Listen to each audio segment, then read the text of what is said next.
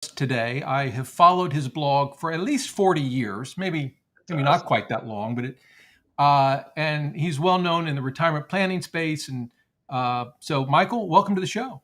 Awesome. Thank you, Rob. Appreciate the opportunity to join you. Love getting a nerd out on finance for a while. Well, I've got a ton of questions to ask you. Plus, if we have time, I will look into the Okay. chat, see what folks are asking. Some have Awesome. sent me some questions ahead of time. Okay. I want to start maybe sort of in a different way than maybe you're used to. We'll see. But I followed your blog. I mean, Okay. I guess I don't know, when did you start your blog?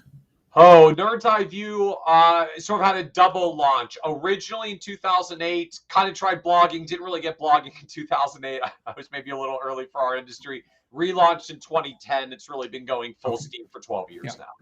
So it has a well-earned reputation of content that's very well researched. It's very in depth. These aren't 500-word articles, right? I mean, No, right. no, no. Well, closer to 5,000 than 500. Yeah, right.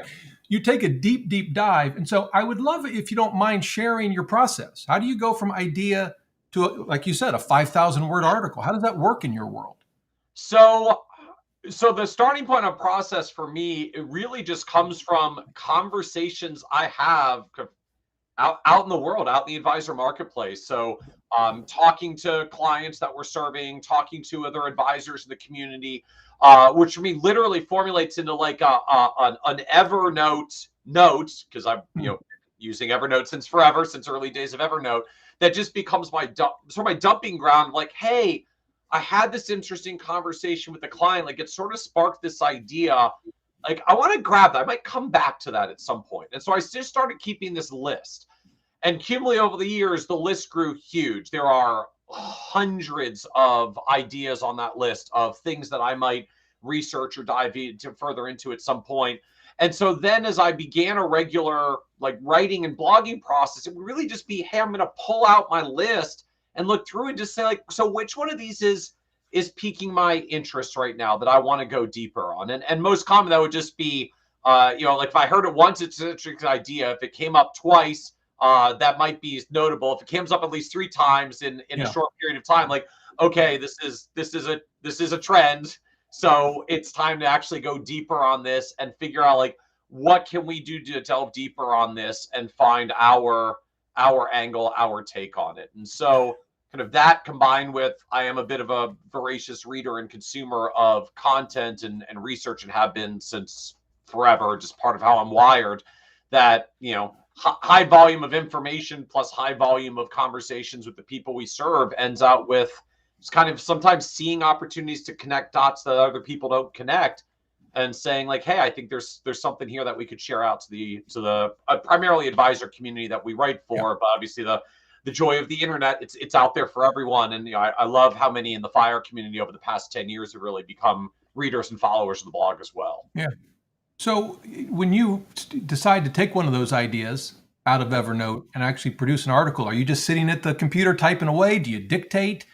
What's that process look like? So I am a writer. I am a typer. I was the child of 2 computer scientists that learned maybe speaking teaches typing when I was 7 years Yeah. old. So I've got very good 10-finger typing. I really do type about 110, 120 words a minute. It's like I can type more or less flow of thought, which means a lot of Yeah. writing for me is essentially just take what's like bounce around my head, brain dump it out onto a page, and then I can go back through and try to edit it down and winnow it down and refine it down. So in the early years, it was literally a like just brain dump sort of process, and then go back in and try to figure out like what did I actually just say? How do I like make some order Yeah. and sense out of this? Over time, it actually evolved into much more of a structure. And if for anyone who's followed our site for years, you will have noticed that it's actually evolved into a much more standardized structure and around how articles actually get produced on the site now, to something that I call a 3x3x3 structure. Hmm. So for any article that we're writing now, there's always, to me, like there's one key insight, there's one key point, like there's some, here's the thing that I want you to get at the end of the day that you didn't know coming into this article. Like that one eureka light bulb above head moment. We may set up a lot of information to get there, but there's always like one key insight takeaway that I want to make sure you have. If I'm going to do that, then there's usually three things I need to cover. There's some kind of background information, what you need to know to get the point. There's the point, the insight, whatever the thing is. And then there's some kind of instructional takeaway, like what are you going to do with that? And so our outlines flow into these kind of three prongs, like the information, the insight, and then the instructions that you're going to take away from this. I call it now our three eyes format. And from there, you get to say, well, how are you going to make each of those key points? Okay, so like the information, usually there's like three supporting concepts that set up the information, three supporting concepts to drill down the insight, three takeaway action items in the instructions area at the end. And so we've got three sort of key points we're trying to make, three supporting concepts that go with each of them. If you now write 3 paragraphs for each concept you're trying to convey, you have just written an approximately 3,000 word article with nothing more than I got 3 points, I got 3 concepts for each point, and I got 3 paragraphs for each concept. Oh, that's great. Okay. I don't always write it that literally, although every now and then I'll do it just for the fun of it. We did an article a year or two ago about why I'm not a fan of tax diversification as a concept. If you go back and look at that, it is three key points, 3 supporting concepts for each point, 3 paragraphs for each concept, and 3 sentences per paragraph. Well, I smile because 1 sentences, and it comes together very well. So I may perhaps gamified it a little bit on our end, but writing with a repeated structure. I mean, everybody's got their own style and voice of how they write. That was very much one that I kind of came to over time. And as Rick's commenting in the live stream, there is sort of a weird magic of threes anytime you're writing and storytelling. Like it just kind of works. So I'm a big fan of threes and working around threes. And that's probably 10, 12 plus years of a iterative writing process for us. But it's come down to the point where now we actually have multiple writers on the Kitces platform, and they all get trained into this 3x3x3 outline format and structure. And we've actually been able to make it like a repeatable, transferable writing process. Yeah, no, that's great. Yeah. And I smile because that tax diversification article is something I want to talk to you about in a minute. Fantastic. Yeah. So I take it, you mentioned Evernote. So if you're reading something that catches your attention and you think this is a great insight, I may use it at some point in the future, I take it for you that goes into Evernote somewhere? Well, so yes, although unlike, I guess, some people, I'm not necessarily a big article clipper, like making a big old library of articles, because frankly, I did that for a while and then realized like I had like a library of 472 articles and no time at that point to even go back and read them. I was like so enamored with clicking them to come back to them, but I want to consume so much stuff. I just ran out of stuff to consume. So for sort of my own parsimony, when I'm going through Evernote and I'm adding in like, here's a topic, here's an idea, here's a thing I might go after, I really try not to capture much more than sort of like, here's the key point thing, a couple of maybe brief reminder notes for myself, just so if I'm picking this up a year or two from now, I'm like, I don't have to do that. Like, what was I think? Like, where was I going with this? I can't remember. So I'll capture enough for that. And then I may put in there a hyperlink or a few of like, hey, here's the research article on SSRN I was reading that I think I want to come back to as the anchor for this. So I may grab like a URL or two, but it's not much more than that because, as I view it, and part of this is just kind of my nature of, I see so much stuff. Like I see more things I would want to explore than I have time to explore. So at some point I gotta winnow the list down. So my goal as I'm going through this is not like, to start pre-writing the article idea the moment I have it, because then I'm going to run out of time to actually sit down and like write the thing I want to write.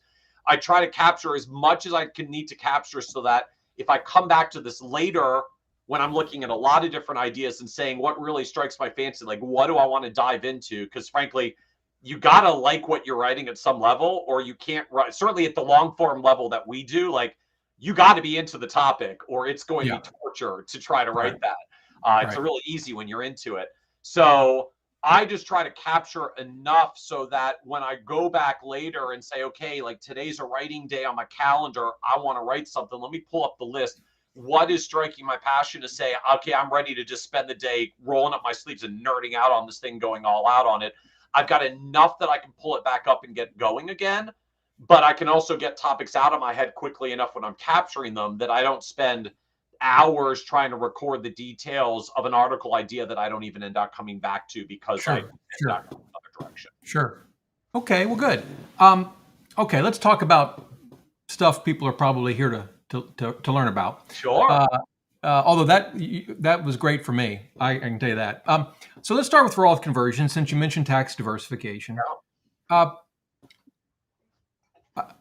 There's a lot of tools to help folks try to figure this out. There are tools designed for advisors. There are now a lot of tools for the consumer.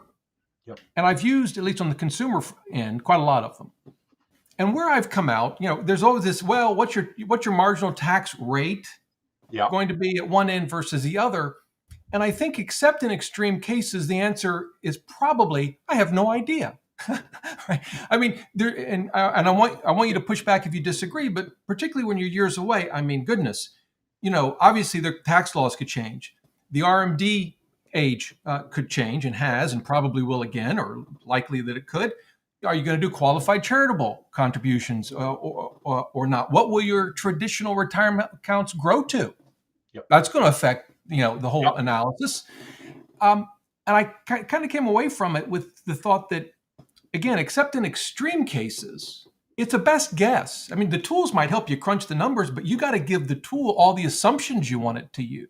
Mm-hmm. And so I guess I have two questions for you. One is am I describing this? Is there more? Is it not as bad as I'm making it sound, right? And if it is that bad or that difficult, do you have rules of thumb? Yeah. That you think through that you might use? So yes and no. Trying to think of how to frame this. So there are a lot of folks where the answer at the end of the day is something to the effect of, I'm in a middle-ish tax bracket now, and I'm probably going to be in a middle-ish tax bracket later. And unless something extreme happens, that's probably really not going to change much, as you've noted. We absolutely see that for a lot of clients we work with. But the irony and the reality of that situation is, well, like, if your tax rate's kind of middle-ish and it's not really going to change from middle-ish, it doesn't matter. Like, that's the whole point of kind of the Roth versus traditional framework. If your rate's not actually going to be that different in the future, it doesn't matter. The whole focus that I think about when I look at this to say, okay, where are some opportunities to make sort of broadly Roth versus traditional decisions? Because sometimes it's hard Roth and sometimes it's hard traditional. Yeah. Almost by definition, I'm looking for the scenarios where I do have an expectation of a material change in circumstances or outcome in the future. So I think of it more from the end of what can drive change where I get to materially different brackets and outcomes. And from there, there's actually a lot that start to come forth.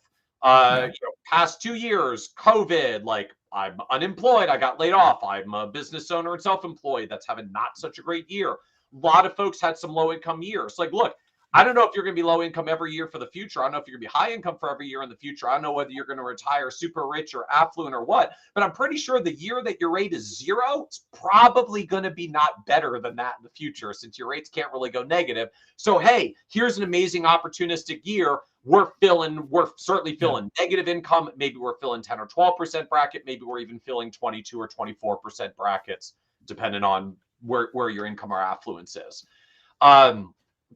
We get similar situations for people that are in high income years. Maybe that's like a particular high income event.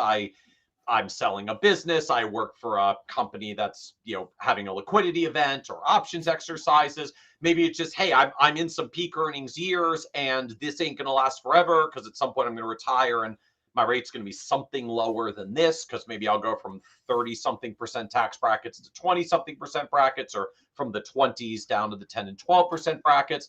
And so again, that's a big bracket change to say, okay, I don't know what my long-term overall rate is, but I'm pretty sure this is the best earnings years I'm going to have in my career. So we are not touching a Roth at all. We are jamming this full of traditional dollars. I'm getting my tax deduction at my absolute maximal rate.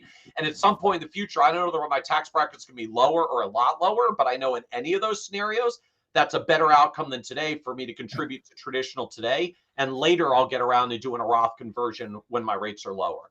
So Yeah. if you think about it from an opportunistic frame in the first place, yeah, there is sort of an effect. Like it it it only matters, or it primarily matters in the years where income is deviated more significantly from whatever your long-term baseline may be. But that's great. That's when it matters. So as I think of it from that perspective, like the truth is, hey, depending on how stable your income is, like it literally might not matter which one you choose in 9 out of 10 years. So don't overly fret about whether you're going to be like going from 22 to 24, because that 2% rate doesn't actually matter a lot. You can more than offset that just by changing states when you retire. But hey, I'm like 10 or 15% higher in a year than I'm going to be in the future. I'm 10% lower than I'm going to be in the future. That 1 year can be a really big year to suddenly grab what could be tens or hundreds of thousands of dollars of income that you shift to one account or another, which at a 10+% tax rate differential, like in that one blink of a year, I can create 10, 20, 30 plus $1,000 of lifetime wealth plus cumulative growth all in the future Yeah. from getting it right at the moments that it matters. And so Okay. I sort of think of it more from that frame in the first place. Now that still necessitates at some point you got to figure out at least the general neighborhood of what your rates look like in that kind of distant future Yeah. retirement. And Yeah. granted, there's a lot of uncertainty around that for uncertainty of market returns and the rest. But I still find like it's not that hard to get a general neighborhood for most of our situations. I've got some baseline level of Social Security that I know is going to be coming. I can project that out for whatever my income levels are for myself and or my spouse. Okay, for a lot of people, that's at least filling a 10 or 12% bracket. So, okay, whatever I'm doing out of the gate, I'm starting north of 12. Yeah. Uh, on top of that, I may have pensions or Social Security. Social Security. I may have pensions or some other fixed income stream. I may have real estate or some passive income stream coming through. From there, I can project some level of what my retirement portfolio looks like in the future. Now, granted, it's going to have some fairly wide error bars around this, but I probably got some sense of like, so when I retire, are we talking like 500 grand or 5 million? Like, Right. I can probably figure out if I'm closer to one of these than the other. If I'm going to be taking a couple of percent of withdrawals off of that, okay, well, a 500 grand portfolio is probably kicking off at least 4, 5, 6% of some kind of taxable income. That might be an RMD, that might be interest, that might be a withdrawal from a retirement account. I may generate a lot of different ways, but whatever exactly it is, it's income. It's going to show on top of my tax return. It's going to stack on top of my Social Security. And as I just start layering in those elements, known fixed income streams in the future, and my projected portfolio with some moderate level of taxable income distributions that's coming off of it, I'm going to get to some baseline that says in retirement, my Yeah. baseline dollar amount is going to be something around this. And it's going to put me in some bracket. And I'm going to have a Right. pretty good sense as to where that bracket is, in part because the brackets are actually decently large. Maybe you happen to be really close to a threshold, but the range from 22 to 24% is like hundreds of thousands of Yeah. dollars of income. So all I need to know is like I'm not in the 30s and I'm not in the teens, and I've got a pretty good sense as to where I'm ending out. Well, What let me ask you this then, though, kind of if I can just, please? because that all makes sense. But now it started with this idea that if you kind of are in the middle now and in the middle in retirement, it doesn't much matter. Yep. I'd like to push back on that just a little bit, if I may. Did you read Vanguard put out a paper called The Better Roth Conversion, BETR, break even tax rate? I don't know if Yep. you read that paper, but the Yeah. basic Well, idea was, yeah, if you, we published on that originally many years okay, ago. That actually came okay. from a white paper we did. Oh, good. Okay. Because, if assuming you're paying the conversion tax from your checking account, rather, from a taxable account rather than the IRA, that number, you'll start to get more and more benefit the longer you leave the Roth IRA alone. And so I've always felt that if you think you're kind of even on either end, the Roth probably makes more sense if you can pay the tax, out from outside the Roth. What are your thoughts on that? Yeah. So there's a couple of effects that that take what is otherwise sort of a baseline. So if you think of this way, like the baseline is um current versus future tax rate. If they're same, it doesn't matter. And all else equal on cash flows, it literally doesn't matter. Just that's the math of it. But not all else is always equal. And there's sort of two primary things that shift the not all else is equal bucket. One is the nature of required minimum distributions, right? All else being equal, like I can keep the money in the Roth longer than I can keep the money in the traditional, because the traditional starts getting the boot for at least a couple percent a year once I was 70.5, now 72. The second factor that throws off the all else being equal is if I've got some traditional dollars in a retirement account and I've got some other money in a taxable account, investment account, bank account, whatever it is, and I project that out in the future, it's not really just a matter of what does my IRA grow to versus my Roth. It's really my IRA plus some like taxable dollars versus a Roth, except if I convert to the Roth, I can use the taxable dollars to pay the bill and make it go away. And that's important because the Roth grows really efficiently. Right. And that taxable side account, that bank account, that brokerage account does not grow so efficiently because it gets dinged every year for interest, dividends, and capital gains. And so a traditional retirement account plus call it a side account does not grow in parallel with a Roth. The IRA grows in parallel with the Roth, but the side account does not because it's got drag on it. It's got tax drag on it. Right. And so that can produce a disparity. And the more years that you compound, the more that disparity builds up. So we'll give you a link you can share with your readers. So we just put out a report on this all the way back in May of 2009 around how you get this differential that says, hey, there are scenarios where my tax rate could be lower in the future, but the Roth is still better because of this tax drag side account effect that gaps out over time. Well, so that would be great. It's absolutely true. It's absolutely there. The caveat to it that we found in that research is it still takes an astonishingly long time for that break-even tax rate to move in what I'll call any material way. Okay. So if you start modeling that out for a retirement contribution, and you started at, I think we originally did the paper with a 25% state and federal tax rate, like just as a baseline, you'll call it the middle-ish tax brackets.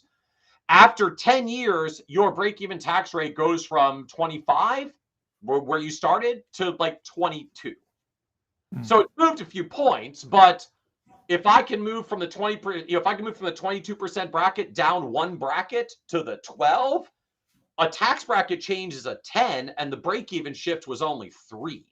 Yeah. So it still gets dwarfed by the bracket change.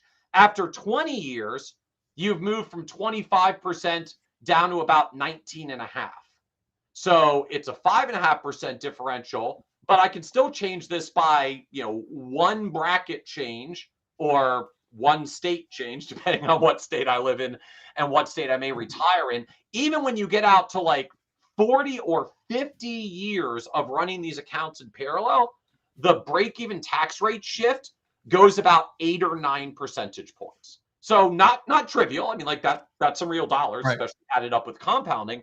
But I can still trump that with one tax bracket change or, moving from certain high tax states to low tax states. And I take it those numbers, yep, the changes in the break-even tax rate, a key assumption is how tax efficient the taxable account would be, right? Correct.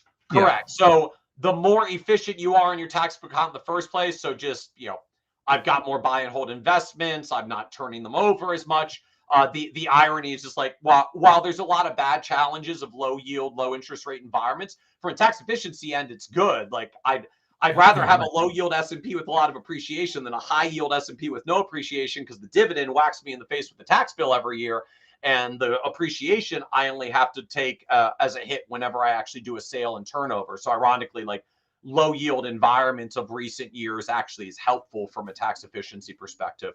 But yes, the efficiency of whatever's going on in that side account absolutely is a factor of this as well. The more inefficient you are, the bigger that gap is. The more efficient you are, the less drag there actually is, and the more that break-even tax rate, or the less that break-even tax rate has an impact on you. So right, it's definitely there as an effect, but it can still get trumped by tax bracket changes or relocation in state, which again doesn't necessarily mean like therefore we ignore it. You can still put it in the picture. Yes, what it means is, hey, if everything else is even, really think like I'm hanging out middle brackets and they're not changing. Yes, there is a small gentle, I'll call it, there's a small gentle tailwind for the Roth, all else being equal. But to me, like that doesn't, and I don't mean to say that you were saying this, like that doesn't excuse still going through the exercise of trying to figure out, is my tax bracket going to look materially different in the future, either because of changes in wealth, changes in circumstance, or even just changes in state, because state tax really has material, the magnitude of state tax changes when you cross state lines is quite material relative to some of these other effects. Yeah. So you still have to at least be looking at that and thinking about what that looks like in your future to decide whether the break-even tax rate drive should be the driver for you or not. Sure. Good. And by the way, you mentioned sharing a link. For those watching, all the links that he gives me, I'll put below the video when we're done. I'll also throw them either directly or a link to the video in the newsletter. Awesome. That goes out. And I do see that link. I don't think I can share it live. I don't know if we can share it out live, but we'll get it captured for. We'll put them below the video. So thank you for that. Here's the one other thing that I would frame around this, just like having done this and been through the exercise for a lot of years of sort of doing these analyses and trying to figure out where we're going to come out in the future. Like here's what I see in practice. Most client situations where we're trying to plan around sort of like these Roth versus traditional tilts, or like when do we want to tilt towards one or the other, there are really three primary transition points where it matters. The first is when you cross so about $80,000, $81,000 of income as a married couple. That's when you go from the 12% bracket to the 22% brackets. Like it's a big old 10% jump. The other brackets around that don't matter as much. Going from 10 to 12 is not a big leap. Going from 22 to 24 is not a big leap. But like the 10 to 12 is a really big leap. That's one of the brackets that's worth spending some time planning around. The second big threshold comes when you get to the top of the 24% bracket and you're looking at crossing again, you go to 32, it's a big 8% leap. After that, you go from 32 to 35, 35 to 37. It's like they're 2 to 3 point increments. The jump from 24 to 32 is about $330,000 of income, taxable income, that puts you across that line. And so those thresholds, call it about $80,000 for married couples, about $330,000 for married couples, become the two really big planning points, because getting it right around those bracket thresholds where you have 8 to 10% jumps really, really matters. Okay. So what that means in practice is I find for I'll call it frankly, like the average American, we're trying to accumulate a couple $100,000 so that we've got a nest egg on top of Social Security to get us through retirement. Most clients in that situation, we're optimizing around the 10 and 12% bracket. If I am efficient for someone with a couple $100,000 of net worth that they've saved over the years, I can be efficient enough to keep you from ever climbing above 12. So some combination of efficient management of capital gains, harvesting gains at 0% rates, doing partial Roth conversion, so we just don't build up so much IRA dollars that your RMDs knock you into the 22% bracket later.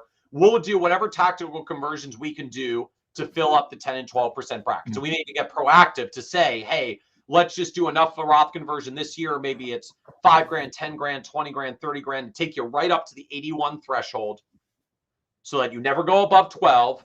And if I do that and I whittle down your IRA enough, you're not going above 12 now because I don't convert that much, and you're not going above 12 in the future because I've converted enough. Once you get folks that start managing to accumulate 7 figures of net worth, and you start projecting that out in the future with market growth, and you stack it on top of what's probably going to be a pretty decent level of Social Security, because if you got enough income to save that much in wealth, you're probably on the higher end of Social Security as well. It gets really hard to stay under $80,000 of taxable income.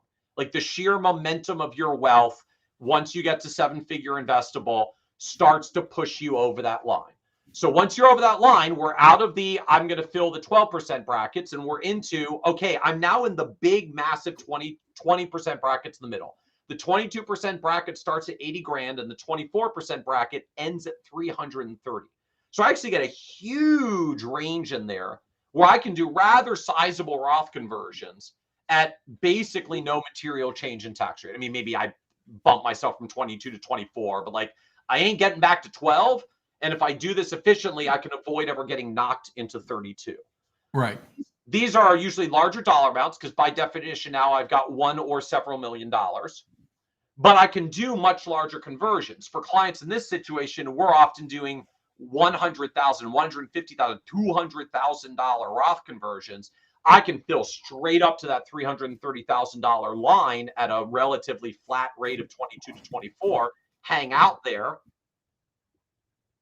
seal it off. And if I do that repeatedly year after year, right? If I just do that for someone who retires, like even on we'll call it a regular retirement schedule outside the fire world, like they retire in their early 60s, I have almost 10 years until RMDs begin, and I'm knocking out $100,000 or $200,000 a year. Like I can chip away into a multi-million-dollar Roth without going to the 30% brackets now and keep you from going to 30% brackets in the future, even with wealth accumulation. Yeah. Once you get above that threshold, and it takes a lot. Now you're talking typically about households that are accumulating north of $5 to $10 million of net worth. So just the sheer passive flow of income that you can't help but kick off from that portfolio is going to knock you above the 24% tax bracket. Now you hit a third threshold, which is essentially I'll fill straight up to $600,000 of income for a married couple, which is the top of the 35% bracket, which is essentially a nice way of saying anything that's not 37%, anything that's not top tax rate, I'll fill right up to the threshold above that. And so those sort of three bend points kind of are the average American, the mass affluent, we're often filling to 12. Anyone who's in sort of the million or few dollars bucket, great place to be. We can fill up to 24. And then anybody who's above that, we get into the, as long as it's not the top tax rate, that's better than something. We'll chip away whatever we can get there. Okay. And there are a couple of side factors that can come in because at the end of the day, this isn't about tax brackets. It's about marginal tax rate and everything that goes into the rate. So, if I'm still in the 10 and 12% brackets and I've started Social Security, you have to be really careful that the phase in of Social Security really jacks up your marginal tax rate quite a bit and can be something that we want to work around. And if you happen to be really, really close to a Medicare surtax threshold, you often at least want to make sure you don't just cross the threshold. In the grand scheme, we see a lot of clients that are really anxious about the Medicare thresholds. And, I don't like to see anybody get hit by them that we can plan around them. But if you do the math overall, like by the time you actually hit a Medicare threshold relative to your income at that point, it's basically the equivalent of about a 1% surtax on your income. Like that's all it actually comes out to be.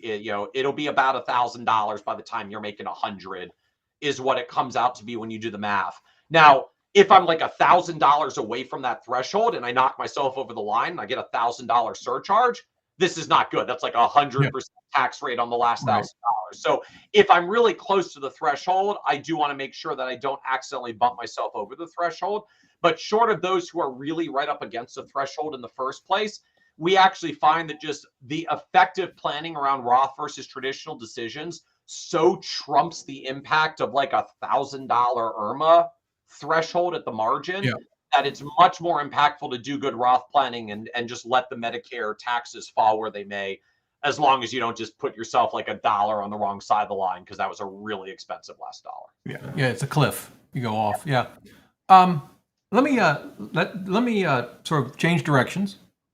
Talk about withdrawal strategies for a moment.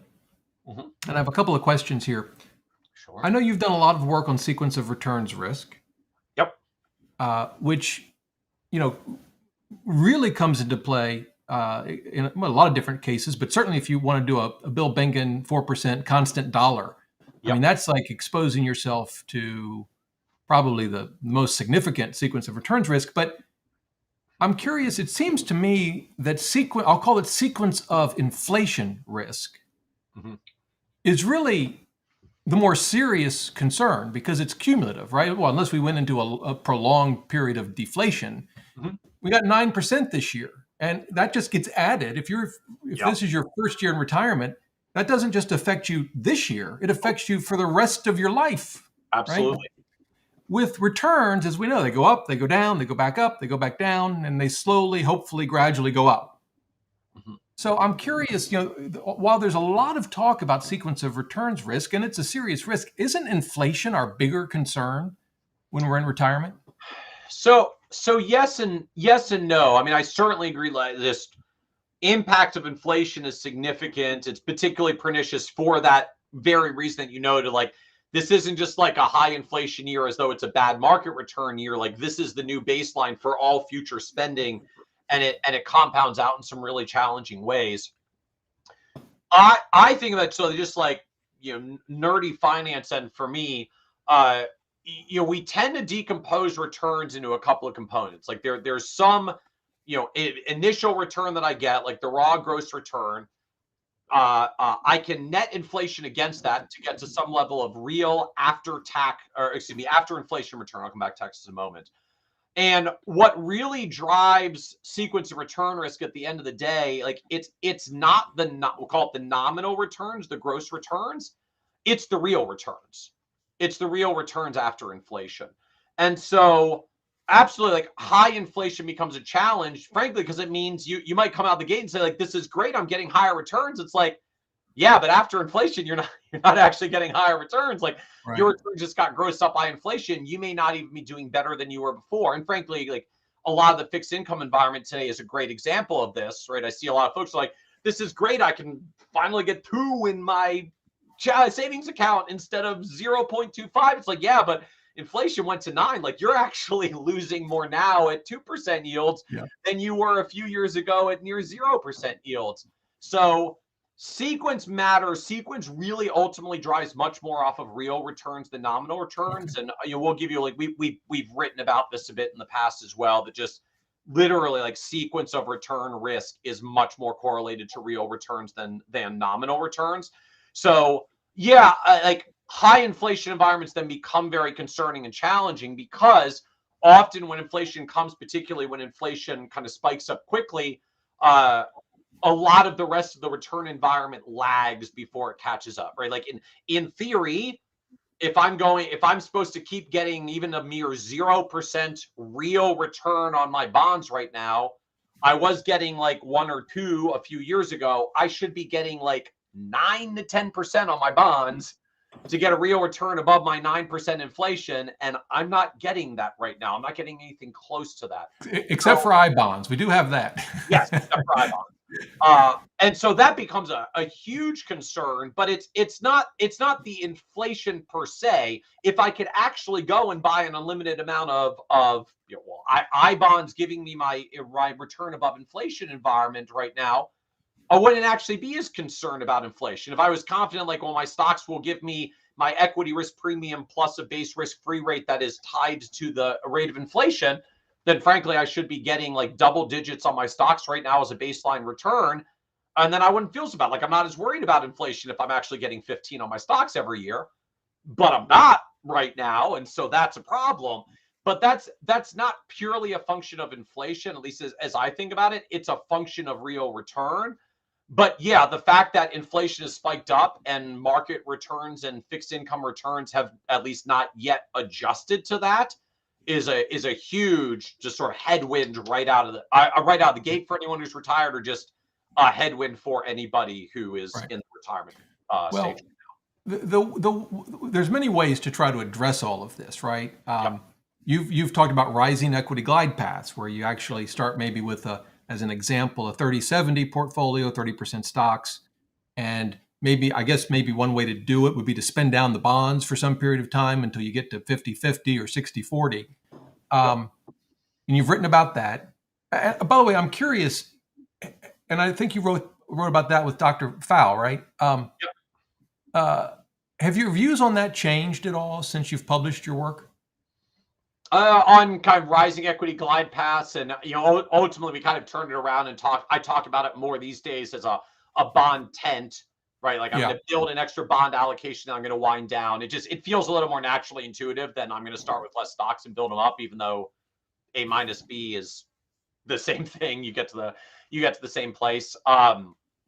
Yeah, I'm still an advocate around just kind of that research and that approach. We've done more of it just behind the scenes on our work, and as I've continued going down that path, like nothing that I've seen, the continuation of that research pulls me away from just what we'd found and what we'd done originally in that research. It's all just built around the fundamental premise that, like oversimplifying a little, markets go up and down. I mean, that's just sort of the nature. Like there's good years and there's bad years. So for my retirement, this is going to happen one of two ways. It's going to be good and then it's going to be bad, or it's going to be bad and then it's going to be good. If it's good and then it's bad, sequence of return risk is a double-edged sword. You get so far ahead in the early years. If you get a good sequence out of the gate, it takes relatively few really good years at the beginning before you quickly get so far ahead that even severe market pullbacks and bad stuff can't break your retirement anymore. Which means if you have built your bond tent and you're hiding in it in the bull market, you still have enough equities on the table that you build a cushion and you do well. If you get the bad version, right, markets tank out of the gate and then take a long time to recover. If you built safety in the bond tent, you just do better. And even in an environment like this, I mean, there was a lot of discussion that we got around the bond tent research just when rates were basically zero and people were saying, why do I want to put my bonds? Why do I want to put my money in a bunch of bonds that are making zero? It's like, the point is not to make money with it. The point is to not lose money with it if the rest of your portfolio is not cooperating. And that works. That works in bad environments. That works in bad bond environments, because as bad as a bad bond environment is, it's still not as bad as a bad stock environment, which loses a whole lot more money. So, we're still as confident in that research and framing as we ever were. The asterisk I will still put to all of it, though, is like, it is a risk minimization strategy. It's not a wealth maximization strategy. That's a good point. Wealth maximization on average is own as much stocks as you can possibly tolerate and ride it out. Right. That is your wealth maximizing strategy, with the caveat that if you own too much in stocks, you may have to at least rein in your spending for a couple of years, or you can get too far off track with the bad sequence and play out the bad sequence scenarios. So it's not meant to maximize wealth. Maximizing wealth is own a whole bunch of stocks as much as you can tolerate and let it run, and just modulate your spending if you have to. But the basis of that research is there's a whole lot of folks that either A, don't want to take that level of risk, B, don't want to ride that ride in retirement, right? Even a lot of people who were fairly aggressive in retirement, in their working years, have seen it sitting across from a lot of retirees over the years. There's just this kind of switch in our brains sometimes that changes when you actually stop work and you wake up some morning a couple of months in and turn on your computer and open up your investment accounts to take a look at what's going on, and have this blank moment saying this is it. This is all I've got to go on for all my days left on earth. And it can get scary for some people to say, yeah, I was uncomfortable with a certain bumpiness this ride before. It's not, because I knew at the end of the day, I could work a little longer. I could do something else. I could side hustle. I could make a little more money. And it just doesn't feel quite the same when you really have that. Is so true. I can tell you from experience. Oh, this is it moment. Yeah. So, so some just don't want to take the risk. Some maybe they were there before, but maximizing the dollars is not my primary goal right now. Enjoying the dollars I've got to do the things I like to do, it becomes the primary goal. And for some, just at a high level, the not necessarily stability of portfolio, but stability of lifestyle is most important to them. I have followed and written some as well around the research of hey, if just you want a method that doesn't fail, just do an RMD style method for your whole retirement. Take your portfolio, divide it by your life expectancy. You will never run out of money. I mean, just mathematically, because you recalculate every year. Be a bumpy ride. You will never, but it's going to be a bumpy ride. Yeah, you do this and you get to environments 2008 or 2020. It's So you retired in 2007 and bought your dream home, and then the market crashed and you had to cut your budget by 20+%. So you have to sell your dream home. Then the market recovers in 2011. You can't go back and buy your dream home again because like someone else bought it from you and they're not giving it back. So there's a volatility that a lot of us like. You may be able to ride out some volatility in your portfolio, but we don't necessarily want to ride out spending volatility at 100% of portfolio volatility. Right. And so part of the nature of bond tent style strategies is how do we create enough of a buffer that when markets are going to do some of the fluctuating they do, I've got enough of a buffer in there that my spending doesn't have to experience that level of volatility. I'm not trying to die with the most dollars. I'm trying to maximize the ability to live the lifestyle I want to live that I can afford with the nest egg I've accumulated, as long as I don't do anything particularly bad to break it. And when those priorities shift, then the strategy looks different. You know, when we look at this internally with our clients, like we have people that go that risk minimization route, and we have people that say, like, look, I'm going to live a great lifestyle. If bad things happen, please call me and let me know, and I will change that lifestyle. And unless bad things happen, I'm going to keep living this lifestyle. And that's the way that they engage us. That actually kind of goes into another topic you've written about, and that's guardrails. Yep. And I'm sure there's many ways to implement a guardrail. One that I think you've written about is just as a hypothetical. Maybe you start at 5%, you adjust it every year for inflation, but before you actually take the distribution, you calculate, hey, what percentage of my portfolio am I actually taking out? And if it's below 4%, then you can maybe get a 10% increase because, you know, you've got plenty of wiggle room. Maybe the markets have been really good and inflation's been low. And that will keep you from, say, underspending. On the other hand, if you do the math and you're taking out more than 6% of your portfolio, could be risky.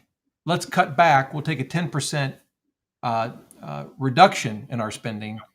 And I really like, to me, the best approach is to spend at a level that you could spend forever and not go broke, right? Permanent withdrawal kind of number, maybe 3.5% or something. But not everyone can do that. And so if you're closer, you know, that kind of guardrail approach really resonates with me as a way to do it. My question is, have you ever back tested it? We need someone to back test it. Has that ever been back tested, to your knowledge? Yeah, so it has been back tested. So that guardrail framework, I mean, that one in particular, kind of like you start at 5 and set your rails at 4 and 6. So that came from a pair of Journal of Financial Planning papers back in the mid 2000s by a planner in Minneapolis named John Guyton. Oh, Guyton did that. Okay. So he did one in 2004, then he did a follow-on in 2006 with a computer programmer named Bill Klinger, who went full on in all the scenario testing. I remember Guyton Klinger being far more complicated. Well, so Guyton had a couple of layers in it. The starting point was essentially that kind of 4-6 framework. You know, he called, I forget, the prosperity rule and the preservation rule or something. Right. The two guardrails. So Guyton had a few other layers in there as well that were just meant to be other ways to keep you on track.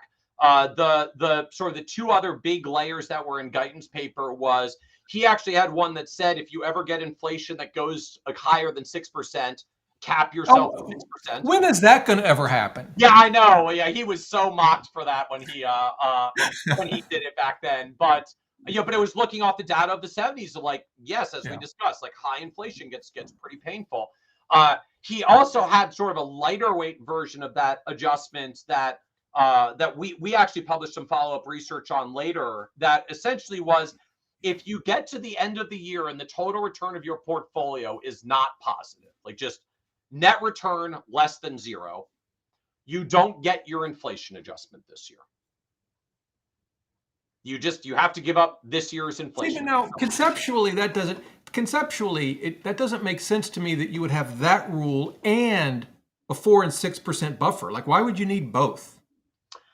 So the idea of it is that by the time you do the 4 and 6% rule, if you hit one of those guardrails, that's a 10% change, which is that's a non-trivial. Yeah, that's a non-trivial change. Now I know like the reason why John set those thresholds where he did when he made that system originally, just sitting across from clients, I've been through the same thing as well. Like 10% hurts But usually you can do that without a drastic change to lifestyle. You rein in a bunch of things. It's not pleasant, but it's usually not like okay, I got to sell the house. I can't hang out with my friends anymore. I can't afford my old lifestyle kind of thing. And the idea was that was deliberate. Like, let's set the guardrails at a place where, like, yeah, it'll hurt because unfortunately bad things are happening. We got to make an adjustment. Yeah. But like, it's not going to drastically change your lifestyle. So the primary reason that you put the kind of adjustment that he had as well, the like, if you're not positive, you don't get your inflation adjustment every year. So current year notwithstanding, most of the time your annual inflation adjustment is nowhere near 10, right? It's 1, 2, 3, 4 kind of thing. So it's a very modest adjustment, but making that as a modest adjustment helps to keep you in the guardrails and helps to keep you away from whacking a bad guardrail that could hit a 10, right? So if my choice is like, hey, if I'm going to have a not ideal sequence, there's a couple ways I can go about this. One, I keep spending until I whack into the bad guardrail, take a 10% slice, and then I have to wait to rebound to the good guardrail to make it back. Or as I'm getting non-ideal returns, like I lose 1.3 this year off my inflation adjustment, I lose 2.4 a few years after that off my inflation adjustment. Now I don't even quite hit the bad guardrail. I have to take the -10 because I took a 2 and a 4. And then it's faster to hit the good guardrail until eventually I make it up and I swing to the good one again. So it's essentially kind of a dampering effect so that you're actually a little less likely to hit the bad guardrail in the first place. And it's worth noting, it's actually a really powerful long-term effect as well. So again, we'll give listeners a couple of links as a follow-up at the end, but we'd written about this a couple of years ago. It is a really interesting phenomenon that, like, I mean, I witnessed this with our clients going through 2008 in particular. Like, bad stuff happened and everybody came in. It was essentially just like, tell me how much I got to cut for a couple of years. Like, I mean, just everybody knew markets were down. Even if you were investing relatively well, like you might be down less, but you were almost certainly still down. So everybody came in with the like, just tell me how bad it's going to be. And like, I'm ready to tighten my belt a lot for the next couple of years. Except what you find when you dig into the research is that if you have to make some kind of adjustment like that, like some bad stuff's happened, you've got to make an adjustment. So essentially 2 ways you can go about it. One is what I call the large temporary cuts. These are the tighten my belt. Like, all right, I'm going to like cram my spending down for 2 or 3 years until we get through this. And it's where I find most people's heads intuitively go. Like, I'm going to chop off my spending for a couple of years here until we get back on track again. A lot of people have, experienced that tighten your belt phenomenon. Yeah. The alternative is you do something like saying, then I'm just going to not take my inflation adjustment this year. Now, that doesn't feel like it should be remotely as helpful. Like giving up at least back then, like giving up my 1.5% inflation adjustment is not as helpful as taking a 20% cut off my spending to get off track. Except as it turns out, it's way more helpful. Because when you think about this over like a 30-year retirement period, if I'm spending 4 or 5% in the first place, taking off 20% from my budget for a couple of years trims off sort of cumulatively from my portfolio like 2 or 3 points of spending. Like, I took myself from a 5% withdrawal rate down to a 4 for a couple of years until the ship rights.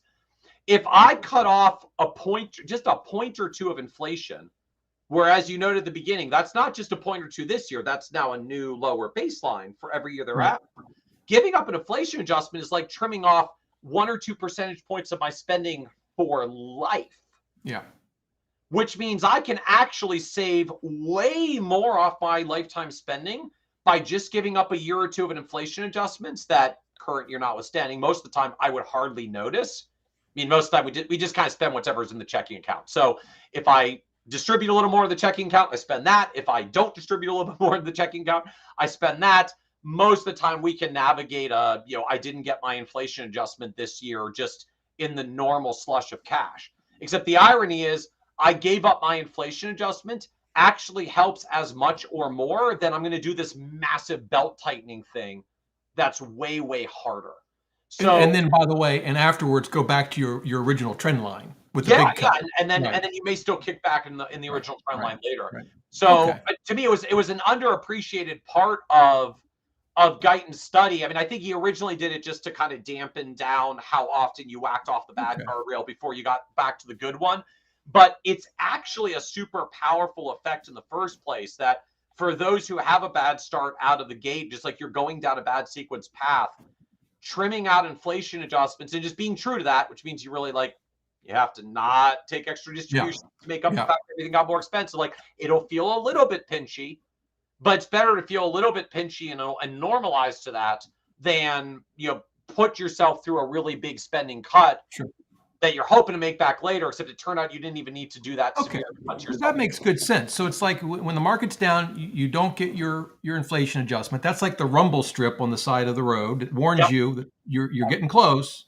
Yep. And then if things really go off, you hit the hard rail, and you get a 10% deduction reduction, assuming that you've hit it at the 6% bumper. And Um, and to me, the striking thing about all of that is just, Guyton's baseline on that research essentially put you at a 5 to 5.5% withdrawal rate instead of, sort of a banging level 4. And to me, just like, that's a big deal to recognize on a relative basis, right? On a relative basis, like 4% to 5% is a 25% increase in lifetime spending, right? If you just put that into dollars, like I go from 40 grand a year on a million to 50 grand a year on a million. Yeah. It's a 25% increase in standard of living.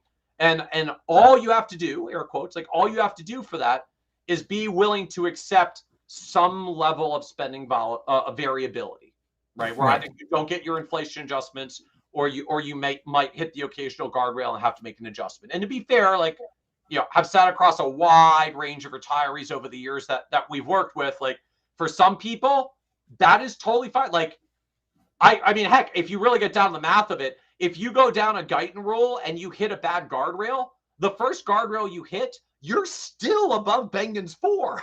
Like, you actually have to like hit the guardrail, bounce off it, and bank into the guardrail a second time just to get down to Bengen spending in the first place. But I take it though, I think you've done research on that, right? I mean, because on an after inflation basis, Bingen is just a flat line, spending line, right? It's flat. Well, flat adjusting for inflation, real basis. Yeah, right. After inflation, Guyton Klinger, you're going to start above it, and you're going to stay above it. Depends, right? Depends on how things turn out. But you're going to stay above it for a while. Likely, you're eventually going to go below it, but not necessarily. I mean, no, not necessarily, right? I mean, you have to bear in mind, even from Bengen's end, like, original 4% rule, if you run it through all the historical scenarios that are actually out there, because I mean, that's where it came from. Yeah. 96% of the time under Bengen's rule, you die with as much as you started with. Right. Half the time you double your money, a quarter of the time you quadruple your money, on top of all the lifetime spending. Well, two things there, though. I mean, the point I was making, though, is even if you do end up going below the line, you end up having more inflation adjusted dollars to spend, say, in the first half of retirement, which I think is when most people will spend it. But to your second point, because you did a great work on the CAPE, right? And how that, but the stock valuations, but if you look at where we are right now, I mean, this is the it's time. Not looking good. It's not the lower end. Yep. Yeah, it's not looking good. We're probably at the bottom of the spending range. We're at the 4% range probably. But to me, I mean, the takeaway around it is sort of twofold. Like, part of the interesting effect to me of what comes from the Guyton research, and just like the magnitude of this gap you get between where Bengen started and where Guyton started, to the point that like you got to like bounce off the guardrail of Guyton twice just to get down to Bengen. You got to hit it a third time to get lower, or multiple years of give up inflation to erode down over time. The takeaway to me, in essence, is that baseline assumption in Bengen, and like, I don't fault it. I've done the research as well. Like, you got to start with some assumption. But it turned out that baseline assumption that like you never do anything to adjust, even if like horrible things are happening. Like it's the Great Depression and you just steam right on through. It's like the 1970s stagflation and you just nonchalantly go along as though nothing is happening around you. Yeah. That assumption is actually quite constraining. And it really forces the spending level a lot lower to deal with the fact that while 96% of the time you finish with more than your starting principal, 4 out of 100 you finish with less, and 1 out of those 4 you're careening down to 0, which is why you have to do only 4, which is where the 4% rule came from. Yep. So Yep. if you've got some level of spending flexibility, and granted, not everyone does. I mean, like we've got clients just like any spending change is a catastrophe. I'm happy to take raises. I'm not taking a cut. So, we ratchet them down a little lower. But for those who have any level of spending flexibility, it turns out even relatively modest spending flexibility, a la Guyton, where like it's a down year, I'm just going to not take my inflation adjustment. I hit a bad guardrail. It's just a 10% cut, can re-anchor you to a spending base that's 25% higher, which is a really big deal. Standard of living change, just for being willing to have a little bit of adjustment along that. Well, I know our hour's up. I want to sneak in one last quick question. Sure. I don't think enough attention is paid to fees and the 4% rule. If you're doing an AUM at 1%, which is standard, right? I mean, well, and you take 40 grand of your million, you got to turn 10 grand over to your advisor. And I'm curious, as an advisor, do you talk to your client? I mean, do advisors talk to their clients about this? Do they have a fiduciary obligation to say, look, here's your spending money. It's 50 grand this year, but just so you know, our fee is 10. And you're not going to write us a check. It's not going to hit your credit card. It's just going to come out of your account every quarter, but it's a real expense. So when you're budgeting your money, make sure you account for it. How does that play out in sort of the real world? So, like, certainly does. I mean, we do this. We live this model with our retired clients. So, have very much lived it firsthand. So a couple of things. Just like one, absolutely. I mean, I'm an advocate for us, for our industry overall. Like, the fees all need to be there. The fees all need to be transparent. If we can't justify our value with our fees, then we shouldn't be doing what we're doing, or you shouldn't hire us and find another solution that costs less. So, like, very strong advocate, fees need to be out there and seen and visible. We all need to be super clear about what they are. In terms of the particular dynamic of how do fees sort of couple with withdrawal rates, there is an interesting kind of mitigating effect that comes from this.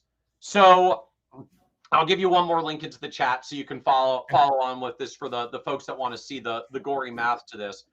So here's the effect. Like so let's say we have a client that like they need the 4% rule at 4% because like it's going to be that bad. They're going to barely make it to the finish line after 30 years. Like this is one of the scenarios where you're actually going to go to 0 by the end.